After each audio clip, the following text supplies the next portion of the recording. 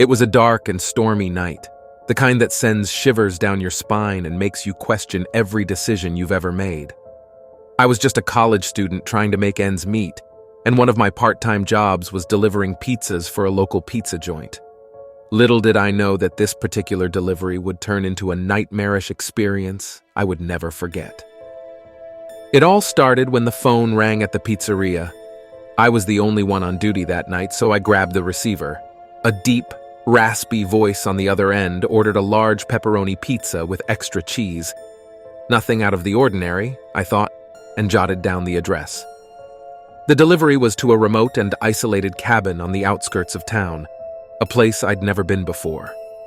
As I got in my beat-up old car and started driving, the rain came down in torrents, making it difficult to see. Thunder rumbled overhead, and lightning illuminated the dark woods that surrounded the winding road. As I approached the cabin, my unease grew.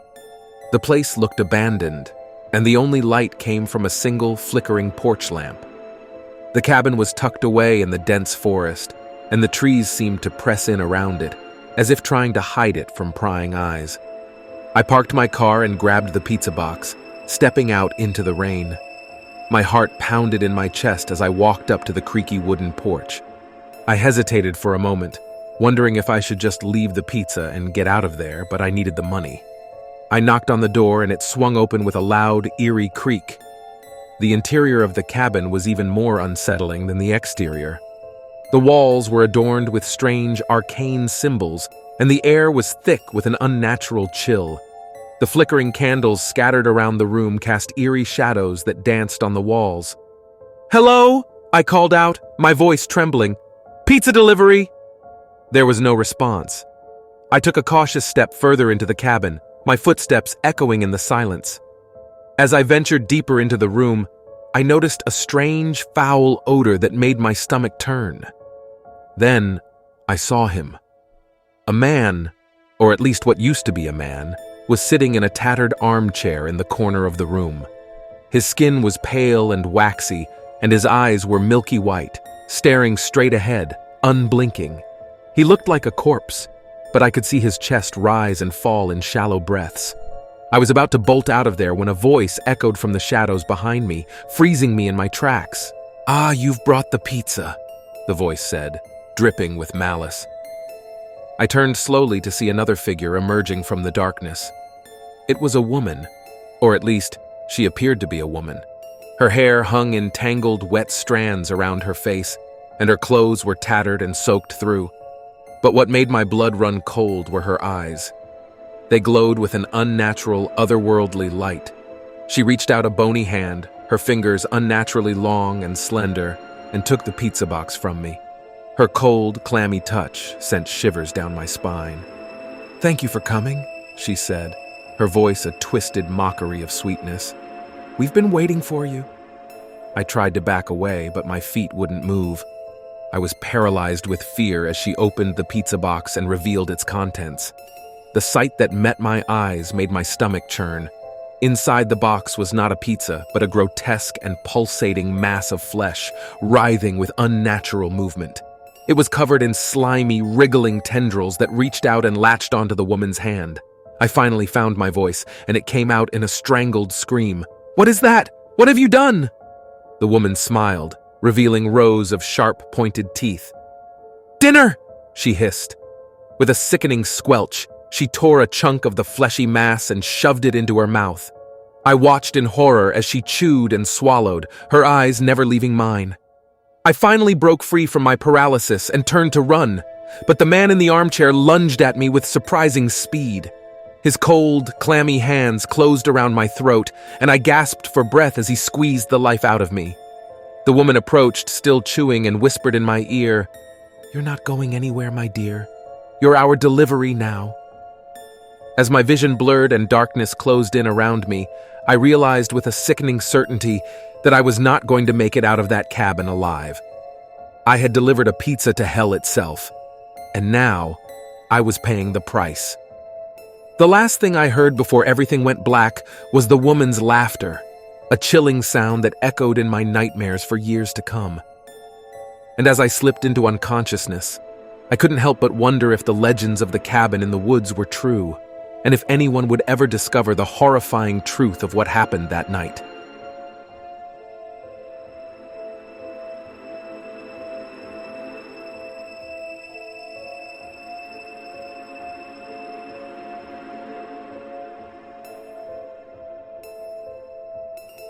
I had always heard tales of the Eerie house on Blackwood Avenue. It was an old Victorian mansion, shrouded in mystery and surrounded by overgrown trees. The windows were perpetually dark, and rumors whispered through the town that it was cursed. As a pizza delivery guy, I'd been warned about the place, but nothing could have prepared me for that fateful night. My name is Mike, and I was working part-time at Tony's Pizzeria to make some extra cash during college. One chilly October evening, a call came in from an unfamiliar number. The voice on the other end was raspy, almost ghostly, as it placed an order for a large pepperoni pizza with extra cheese and a 2-liter bottle of soda. The address? 13 Blackwood Avenue. I shivered as I scribbled down the order. The dispatcher, Sarah, noticed my unease.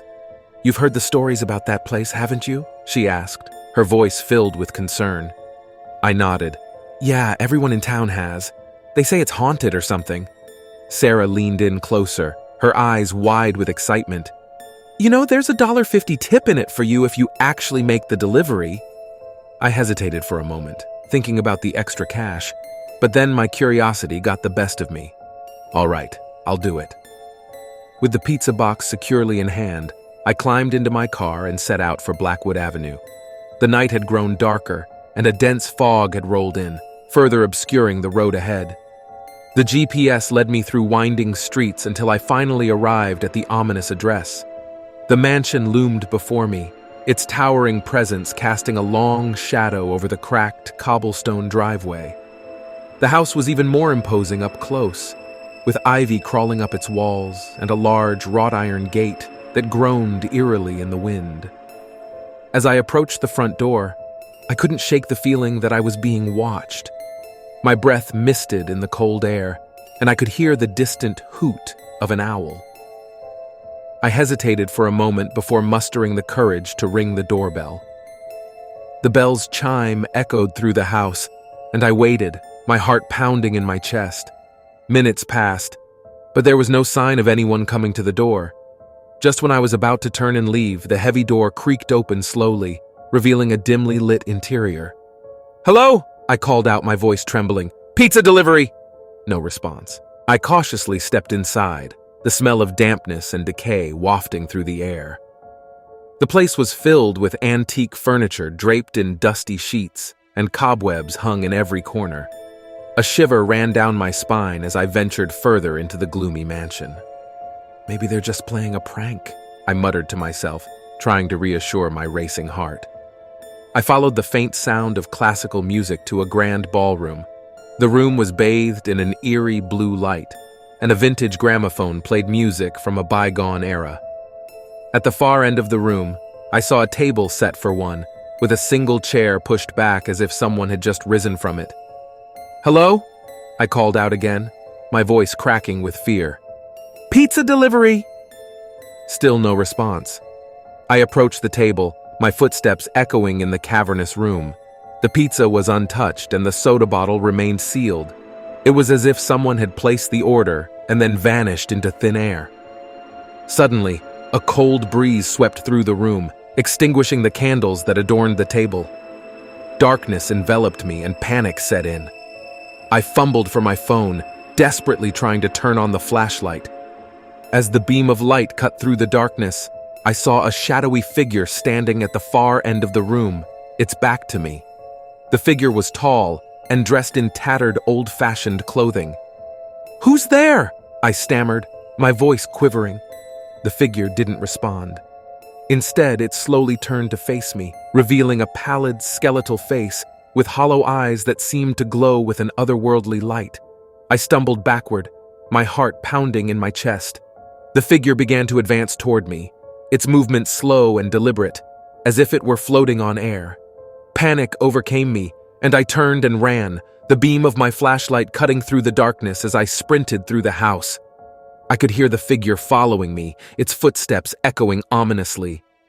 I burst out the front door and into the cold night, gasping for breath. I didn't stop running until I reached my car, where I fumbled with my keys and peeled out of the driveway. As I drove away from Blackwood Avenue, I couldn't shake the feeling that I had narrowly escaped something truly sinister. I never went back to Tony's Pizzeria, and I quit my part-time job altogether. The image of that ghostly figure still haunts my nightmares, a reminder of the terrifying night when I delivered a pizza to the house on Blackwood Avenue, where the line between the living and the dead blurred into something unimaginable.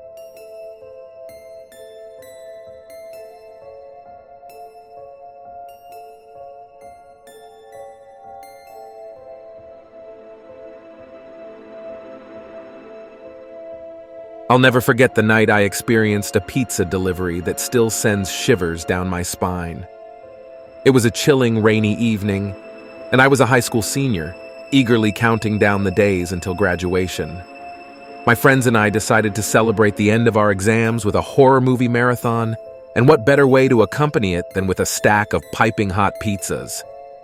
With our hunger growing and a thunderstorm raging outside, I decided to place an order at the local pizzeria, Tony's. The woman on the other end of the line took my order, and I could hear the commotion in the background as she confirmed the delivery. "Your pizza will be there in about 30 minutes, she said cheerfully, but there was something oddly unsettling in her voice that I couldn't quite put my finger on. As we waited for the pizza to arrive, the storm outside intensified, casting eerie shadows across the room. The howling wind seemed to whisper secrets, and I couldn't shake the feeling that something was off.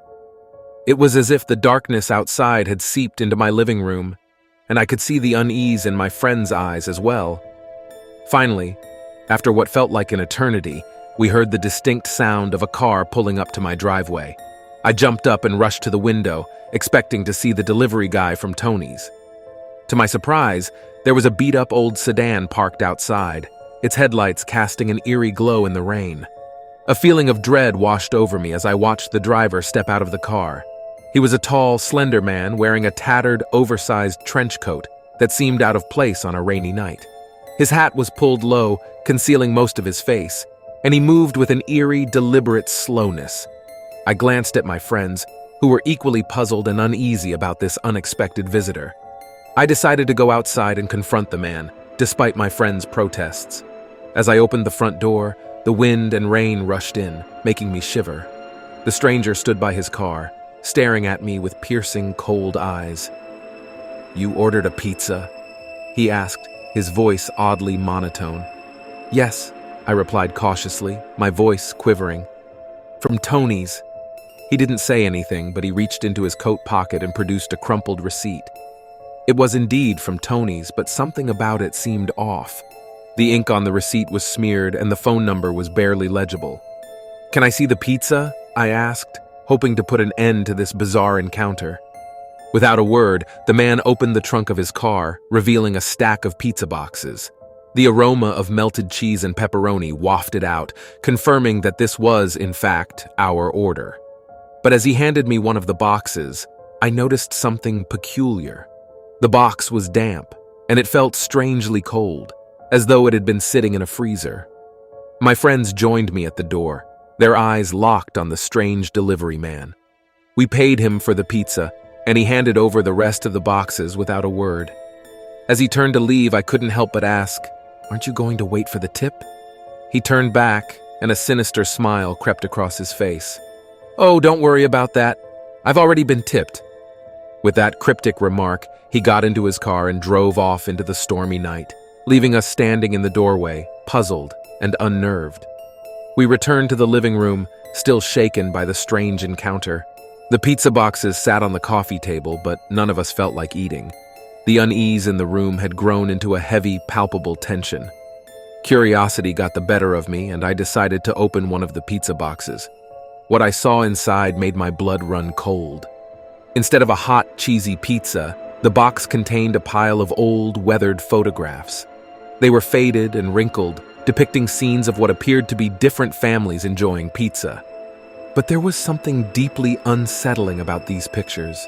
In each one, The faces of the people had been scratched out, leaving only empty, black voids where their features should have been. I showed the photographs to my friends, and their expressions mirrored my shock and horror. We couldn't make sense of what was happening.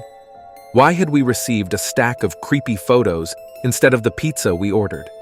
And who was that strange delivery man? As we discussed our options, a sudden crash of thunder shook the house, plunging us into darkness. The power had gone out, leaving us in pitch-black silence. Panic set in as we fumbled for our phones to use as flashlights, and I realized that the storm had severed our connection to the outside world. In the eerie glow of our phone screens, we heard a faint, scratching sound coming from the kitchen. It was the kind of sound that made your skin crawl, like nails on a chalkboard. With trembling hands, we made our way to the kitchen and turned on the flashlight app on our phones. What we saw next will haunt us forever. The pizza boxes that had been on the coffee table were now stacked in the center of the kitchen floor. They were open, and the photographs were scattered all around. But that wasn't the worst part. In the dim light, we could see the photographs moving, as if they were coming to life. The faces that had been scratched out were now contorted in expressions of agony and terror, and they were moving toward us, slowly and methodically. We screamed in terror and tried to flee, but it was as if an invisible force held us in place. The photographs continued their macabre dance, drawing closer and closer. We could hear faint whispers, like distant cries for help, emanating from the photos. In that moment of sheer terror, I remembered something that chilled me to my core. The delivery man's words, "I've already been tipped." It was as if he had delivered something far more sinister than a pizza to our doorstep. Desperation overcame us, and we tried to destroy the photographs, but our attempts were futile. They seemed indestructible, and our every move was met with resistance. The room grew colder, and our breath misted in the air as if we were trapped in a nightmare. As the photographs closed in, I thought of a last-ditch effort. I grabbed the receipt from Tony's and read it aloud, hoping that it might break whatever curse had befallen us. The words left my lips, and a blinding flash of light engulfed us. When the light subsided, we found ourselves back in the living room, the power restored, and the storm outside had passed. The photographs and the strange delivery man were gone. It was as if the entire nightmarish ordeal had never happened. We sat in stunned silence, unable to comprehend what we had just experienced. Had it all been a hallucination, brought on by fear and anxiety? Or had we truly encountered something supernatural that defied explanation? To this day, I have no answers, and I don't think I ever will. But one thing is certain. I will never forget that terrifying pizza delivery and the horrors it brought.